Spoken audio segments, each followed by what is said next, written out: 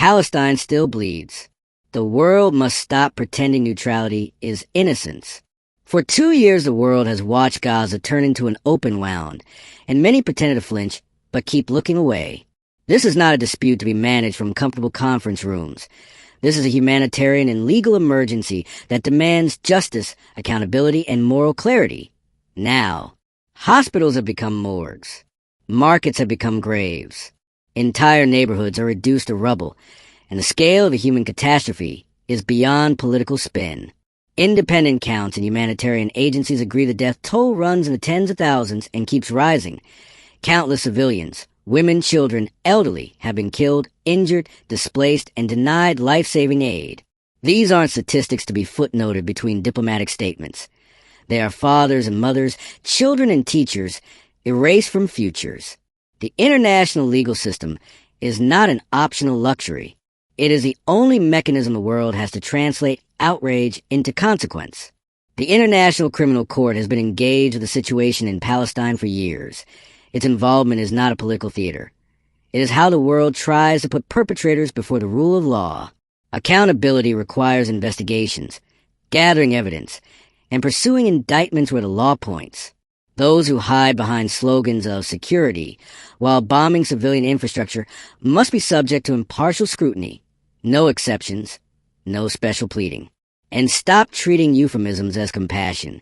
Independent UN human rights bodies and commissions have not hesitated to use the gravest language available. Inquiries and commissions have found that the scale, intensity, and patterns of violence in Gaza meet thresholds that demand the international community confront crimes of the highest order, including charges that cannot be waved away as mere collateral damage. When bodies of law and human testimony converge on that word, genocide, crimes against humanity, war crimes, governments can no longer pretend procedural caution equals moral refuge. What must happen next is both political and judicial. Politically, sustain multilateral pressure for an immediate and verifiable ceasefire, unimpeded humanitarian access across all zones, restoration of communications, water, fuel and electricity, and concrete, enforceable mechanisms to protect civilians and safeguard aid workers. These are not partisan asks. They are the minimum standards of human decency. Humanitarian organizations report aid delivery still impeded and civilians continuing to die of starvation and exposure. That is a failure of policy and conscience. Judicially, evidence must be preserved, witnesses protected, and investigations pursued with tenacity. The ICC and national jurisdictions that recognize universal jurisdiction should pursue credible leads into alleged crimes by all parties. Impunity is a poison that guarantees repetition. Letting the powerful evade accountability ensures the next massacre becomes inevitable. Support for investigations is not bias. It is a hard work of justice. To civil society, journalists, and people of conscience everywhere, do not let media fatigue become moral fatigue. Demand that your representatives explain what they're doing, not with bland diplomatic language, but with timelines and enforcement plans.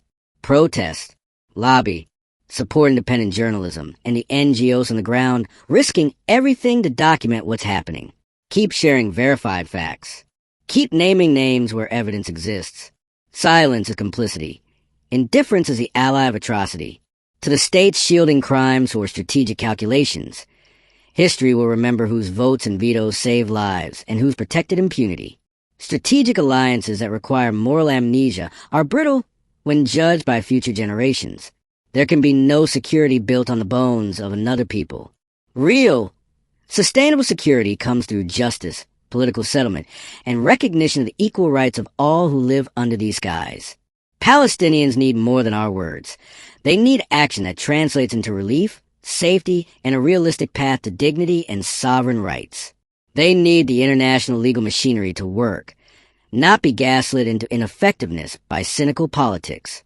They need guarantees that the next generation will inherit schools and hospitals, not rubble and trauma. This is not a call for revenge. It is a demand for law, a demand that the world stop mistaking passivity for prudence and neutrality for peace. If never again means anything, it must apply equally and without double standards. Justice for Palestine is not charity. It is the rule of law in motion. We must not stop talking. We must not stop demanding. We must not accept accountability as optional. For those whose lives have been shattered, your names matter. For those who act to hide the truth or weaken the institutions of justice, history will hold you to account. And